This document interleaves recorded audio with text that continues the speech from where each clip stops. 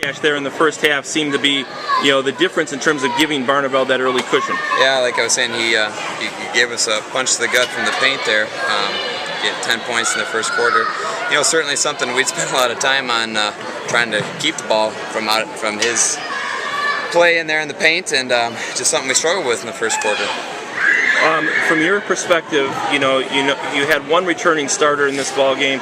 Lucas Kolash came out, played with a tremendous amount of energy. But what did you discover in the second half about the rest of the crew? What do you build on in terms of what you saw out of the guys that are filling in around him in terms of perhaps what roles might be and what you guys have to do to be in this ball game? Right.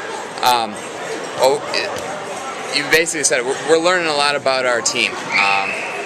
It's really young in the season for us. It's our third game, and to come into such a tough place to play, that's a challenge, especially for a team that's pretty inexperienced, and we're searching for finding out guys who's going to put us on the back in a tough situation. We've always kind of looked to other guys in the past, and now it's not that time anymore. It's time for other guys to step up. And so, second half, we just talked in the locker room a lot about playing with heart and playing with pride, and understanding what it takes to be a successful team.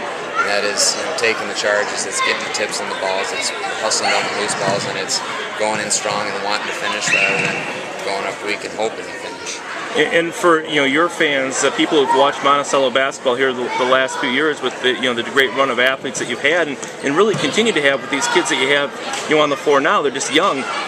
What's going to be different? What do you feel as a coach you have to do differently with this group of kids than perhaps you've been able to do in the past? You said it. We have good athletes. We have players that have a fair amount of ability and talent in them. It's just the learning how to win thing. It's the learning the effort. It's learning the intensity level that a varsity basketball game is played at, and being to play that every night. And I honestly think we will. While this certainly isn't fun to come out here on the lopsided end of this game, I think we're going to learn a lot from this going forward. Well, and that's been the thing about this rivalry. It's been so razor thin the last couple of years. A couple points here, a couple points there. Barneveld tonight, put what seems to be a pretty wide cushion between itself and the rest of the conference. Is it as big as it seems? And is this Barneveld team perhaps more explosive than the couple that you've had to deal with the last few years? Well, it's tough for me to say yet whether they've distanced themselves from the conference.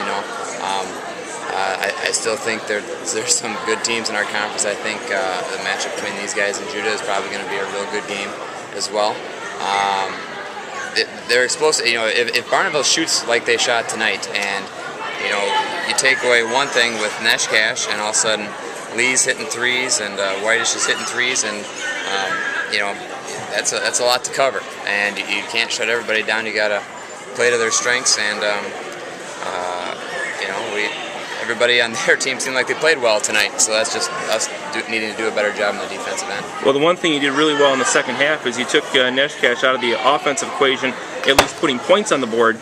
But after you guys had hit a couple threes and forced them to show that they still had some energy left in them, he started to distribute the ball as well as I think I've seen him ever do that. 4 assists in the fourth quarter, and showed that he's more than just a 6'7" kid who wants to take the ball to the rim. Oh yeah, he's a very, very tough matchup. He's a good handler of the ball. You saw him bring the ball up the floor against our man-to-man press a few times. He got the ball in the paint and found open guys. I think he pulled up off the dribble with a guy in his face from 15 feet twice and nailed him tonight. It's a lot of game to have to cover. So, he's a very, very tough matchup. So I give him a lot of credit for that.